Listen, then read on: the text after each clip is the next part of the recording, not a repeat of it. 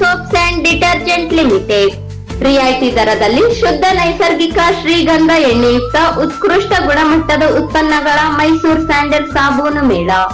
ಸಾಬೂನು ತಯಾರಿಕೆಯಲ್ಲಿ ವಿಶ್ವದಲ್ಲಿಯೇ ಹೆಸರು ಗಳಿಸಿರುವ ಹಾಗೂ ಶತಮಾನೋತ್ಸವವನ್ನು ಪೂರೈಸಿರುವ ಕರ್ನಾಟಕ ಸರ್ಕಾರದ ಹೆಮ್ಮೆಯ ಸಂಸ್ಥೆ ಎಂಬ ಖ್ಯಾತಿಗೆ ಪಾತ್ರರಾಗಿರುವ Karnataka soaps and detergent limited ರಿಯಾಯಿತಿ ದರದಲ್ಲಿ ತನ್ನ ಉತ್ಪನ್ನಗಳನ್ನು ಪ್ರದರ್ಶನ ಹಾಗೂ ಮಾರಾಟ ಮೇಳವನ್ನು ಆಯೋಜಿಸುತ್ತಿದೆ.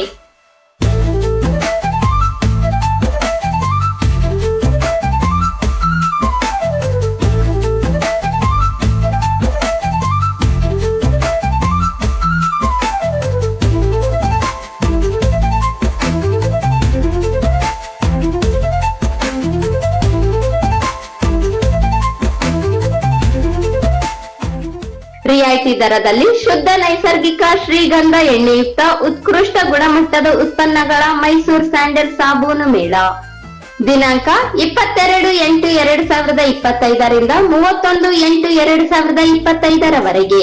ಸಮಯ ಬೆಳಿಗ್ಗೆ 10 ಗಂಟೆಯಿಂದ ರಾತ್ರಿ 9 ಗಂಟೆಯವರೆಗೆ. ಸ್ಥಳ ವೀರಶೈವ ಲಿಂಗಾಯತ ಕಲ್ಯಾಣ ಮಂಟಪ, ಶ್ರೀ ಬಸವೇಶ್ವರ ರಸ್ತೆ, ರಾಯಚೂರು.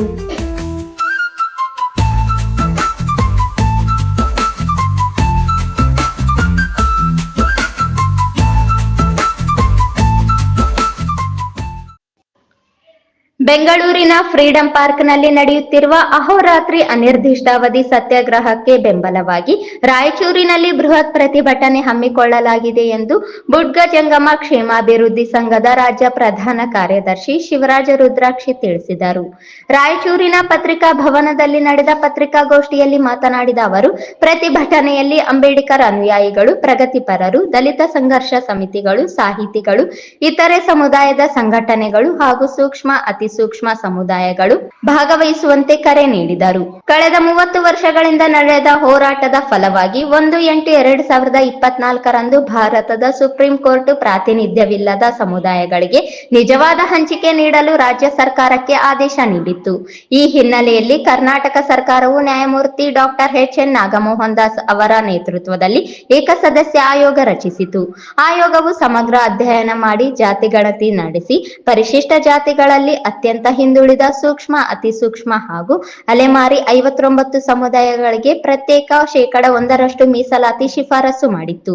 ಆದರೆ 19/8/2025 ರಂದು ನಡೆದ ಸಚಿವ ಸಂಪುಟ ಸಭೆಯಲ್ಲಿ ಈ 59 ಸಮುದಾಯಗಳ ಪಾಲಿನ 1% ಹಿಂಪಡೆದು ಈಗಾಗಲೇ ಮುಂಚೂಣಿಯಲ್ಲಿರುವ ಕೊರಮ, ಕೊರಚ, ಲಂಬಾಣಿ, ಭೋವಿ ಇತ್ಯಾದಿ ಸಮುದಾಯಗಳ ಪಾಲಿನ 4% ಸೇರಿಸಿ ಒಟ್ಟು 5% ನಿಗದಿ ಮಾಡುವ ತೀರ್ಮಾನ ಕೈಗೊಂಡಿರುವುದು ಸೂಕ್ಷ್ಮ ಹಾಗೂ ಅತಿ ಸೂಕ್ಷ್ಮ ಸಮುದಾಯಗಳಿಗೆ ಮರಣ ಶಾಸನದಂತಾಗಿದೆ ಎಂದು ಅಸಮಾಧಾನ ವ್ಯಕ್ತಪಡಿಸಿದರು.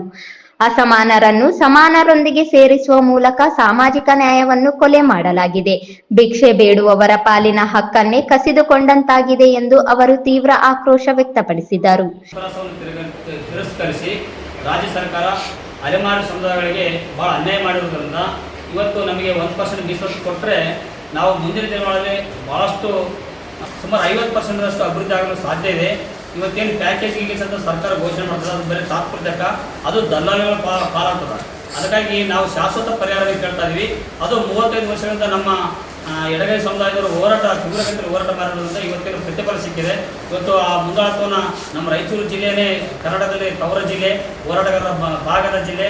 ಅದು ಎಸ್.ಆರ್. ಸರ್ ಆಗಿರ್ಬೋದು, ಬೇರೆ ಸರ್ ಆಗಿರ್ಬೋದು, ನಮ್ಮವರು ನರ್ಸಪ್ ಸರ್ ಆಗಿರ್ಬೋದು, ಇವರೆಲ್ಲ ಶ್ರಮದಿಂದ ಇವತ್ತು ಪ್ರತಿಫಲ ಸಿಕ್ಕಿದೆ.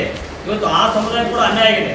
ಇವತ್ತು ಭಾಳಷ್ಟು ನೋಡಿದರೆ ಇವತ್ತು ಅದಕ್ಕಿಂತ ಪೂರ್ವದಲ್ಲೇ ನಮ್ಮ ಅಲೆಮಾರಿಗಳಂದ್ರೆ ಕೂಡಿ ಕಷ್ಟದಲ್ಲಿ ಬದುಕ್ತಾ ಇದ್ದೀವಿ. ನಾವು ಇವತ್ತು ಭಿಕ್ಷೆ ಬಿಡಬೇಕಾದ್ರೆ ಇವತ್ತು ಟೆಂಟ್ಗಳಲ್ಲಿ ಬದುಕ್ತಾ ಇದ್ದೀವಿ. ಇವತ್ತೇನು ಭಾರತ ಸರ್ಕಾರದಲ್ಲಿ 1947ರಲ್ಲಿ ಸ್ವತಂತ್ರ ಸಿಕ್ಕ ನಂತರ ಏನು ಪರಿಶಿಷ್ಟ ಜಾತಿ ಅಂತೇಳಿ ಕನ್ನಡದಲ್ಲಿ ಘೋಷಣೆ ಮಾಡಿದ್ರ 15% ಮೀಸಲಾತಿಯಲ್ಲಿ ಒಬ್ಬ 79 ವರ್ಷಗಳಲ್ಲಿ ಅಲೆಮಾರಿಗಳಲ್ಲಿ ಒಬ್ಬರೇ ಒಬ್ಬ IAS ಆಫೀಸರ್ ಇಲ್ಲ, ಒಬ್ಬರೊಬ್ಬ KS ಆಫೀಸರ್ ಇಲ್ಲ, ಒಬ್ಬರೊಬ್ಬ MLAಗಳಾಗಿಲ್ಲ ನಮ್ಮಲ್ಲಿ. ಹಿಂಗಾಗಿ ಯಾವುದೇ ಇವತ್ತು ಆಯೋಗ ವರದಿ ಸ್ಪಷ್ಟವಾಗಿ ಹೇಳ್ತದ ಅಲೆಮಾರಿ ಎಷ್ಟು ಜನಸಂಖ್ಯೆ ಇದ್ರಪ್ಪ ಅಂದ್ರೆ ಸುಮಾರು 400ಕ್ಕಿಂತ ಹೆಚ್ಚು ನೌಕರಸ್ಥರಾಗಿಲ್ಲ. ಇದು ಅರೆ ಸರ್ಕಾರ ನೌಕರು ಒಂದು 1,000-2,000 ಆಗಿದೆ ಬಿಟ್ಟರೆ ಸರ್ಕಾರ ನೌಕರು 400 ದಾಟಿಲ್ಲ. ಹಿಂಗಾಗಿ ಇವತ್ತು ನಾವು ಬಲಿಷ್ಠ ಸಮುದಾಯಗಳ ಜೊತೆಗೆ ನಾವು ಹೋರಾಡಿ ಎಲ್ಲ ಸೌಲಭ್ಯಗಳು ಪಡೆದಕ್ಕೆ ಸಾಧ್ಯನಿಲ್ಲ. ಇವತ್ತು ಕೋಲಂಬಿಗಳ ಜೊತೆ ಸೇರಿದರೆ ಬೋವಿ, ಒಟ್ಟ, ಲಮಣಿ ಕೊರಮ ಪಚ್ಚ ಸಮುದಾಯಗಳು ಅಂಥ ಸಮುದಾಯಗಳಿಗೆ ಇವತ್ತು 15% ಮೀಸಲಾತಿ ಅವರು ಕಬಳಿಸಿರೋದ್ರಿಂದ ಇವತ್ತು ಎಡಗೈ ಮತ್ತು ಬಲಗೈ ಸಮುದಾಯದವರು ಹೊರಗಡೆ ಬಂದಿದ್ದಾರೆ. ಇದರ 15% ಅವರೇ ಕಬಳಿಸ್ತಾರೆ ಅಂತ ಹೇಳಿ ಇವತ್ತು ನಮಗೆ ಅವ್ರಿಗೆ ನ್ಯಾಯ ಸಿಗ್ತಾರೆ ಅಂತ ಹೊರಗಡೆ ಬಂದರೆ ಅವ್ರಿಗೆ ಹಂಚಿಕೊಂಡು ಅಂಥದ್ರಲ್ಲಿ ನಮ್ಗೆ 1% ಕನಿಕಷ್ಟದಲ್ಲಿರ್ತಕ್ಕಂಥ ಕಡಿಮೆ ಜನಸಂಖ್ಯೆ ಕೇವಲ 5 ಲಕ್ಷ ಜನಸಂಖ್ಯೆ ಇರ್ತಾರೆ. 59 ಜಾತಿಗಳು ಕೂಡಿ 5 ಲಕ್ಷ ಜನಸಂಖ್ಯೆ ಇರ್ತಕ್ಕಂಥವ್ರನ್ನ ಅವ್ರ ಹತ್ರ ಸೇರಿಬಿಟ್ರೆ ಅವ್ರ ಟ್ಯಾಲೆಂಟಿಗೆ ನಮ್ಮ ಟ್ಯಾಲೆಂಟಿಗೆ ಭಾಳ ವ್ಯತ್ಯಾಸ ಇದೆ. ಇವತ್ತು ಅವರಿಗೆ ನಮಗೆ ಅಜಗಂತರ ಒಂದು 20 ವರ್ಷ ವ್ಯತ್ಯಾಸ ಇದೆ. ಉದಾಹರಣೆಗೆ ಇವತ್ತು ಅವರ ಮಕ್ಕಳು LKG ಓದೋ ಹುಡುಗ LKG ಓದೋ ಮಗು ಇವತ್ತು ನಾವು BA ಓದೋ ಮಗು ವಿಕ್ಕಲ್ಲಿದೆ. LKG ಓದೋ ಮಗು ಇಂಗ್ಲೀಷಲ್ಲಿ ಮಾತಾಡ್ತಾನೆ, BA ಓದೋನು ಇಂಗ್ಲೀಷಲ್ಲಿ ಮಾತಾಡಲ್ಲ, ಕನ್ನಡದಲ್ಲಿ ಒಂದು ಏನೋ ಒಂದು ಸ್ಟೇಜಲ್ಲಿ ಮಾತಾಡ್ಬೋದು. ಅವರ ಟ್ಯಾಲೆಂಟ್ಗೆ ನಮ್ಮ ಟ್ಯಾಲೆಂಟ್ ಭಾಳ ವ್ಯತ್ಯಾಸ ಇದೆ. ಎಲ್ಲ ನೌಕರಿಗಳು ಅವರೇ ಕಬಳಿಸ್ತಾರ, ಎಲ್ಲ ಸರ್ಕಾರ ಸೌಲಭ್ಯಗಳು ಅವರೇ ಮುಂಚೆನೇ ಇರ್ತಾರ. ಹಿಂಗಾಗಿ ಯಾವುದೇ ಸರ್ಕಾರಗಳ ಸೌಲಭ್ಯಗಳು ನಮ್ಗೆ ದಕ್ಕಾಗಿಲ್ಲ, ಅಭಿವೃದ್ಧಿ ಆಗಲ್ಲ. ಉದಾಹರಣೆ ಒಂದು ಎಕ್ಸಾಂಪಲ್ ಹೇಳ್ತೀನಿ. ಇವತ್ತು ಸನ್ಮಾನ್ಯ ಸಿದ್ದರಾಮಯ್ಯ ಅವರು 2016ರಲ್ಲಿ ಅಲೆಮಾರಿ ಕೋಶ ಅಂತ ಮಾಡಿದರು. ಅಲೆಮಾರಿ ಕೋಶ 16ರಲ್ಲಿ ಮಾಡಿದಾಗ 49 ಜಾತಿಗಳು ಮಾತ್ರ ಇತ್ತು. ಅದು 1 ವರ್ಷ 2 ವರ್ಷ 2018ರವರೆಗೆ ಸುಮಾರು 49 ಜಾತಿಗಳು ಇಡೀ ರಾಜ್ಯದಲ್ಲಿ ಒಂದು 5-6 ಸಾವಿರ ಕುಟುಂಬಗಳು ಭೂ ಒಡೆತನ ಯೋಜನೆ ಪಡ್ಕೊಂಡು ಅದು ಕೊರಮ ಪಚ್ಚ ಬರುವ ಮುಂಚಿದೆ. ಕೊರಮ ಪಚ್ಚ 2018ರಲ್ಲಿ ಸೇರ್ಪಡಾಯ್ತು. ಮಾನ್ಯ ಮುಖ್ಯ ಇದು ಸಮಾಜ ಕಲ್ಯಾಣ ಸಮ್ಮಿಶ್ರ ಸರ್ಕಾರದಲ್ಲಿ ಪ್ರಿಯಾಂಕ ಖರ್ಗೆ ಅವರು ಸಮಾಜ ಕಲ್ಯಾಣ ಮಂತ್ರಿ ಇದ್ದರು.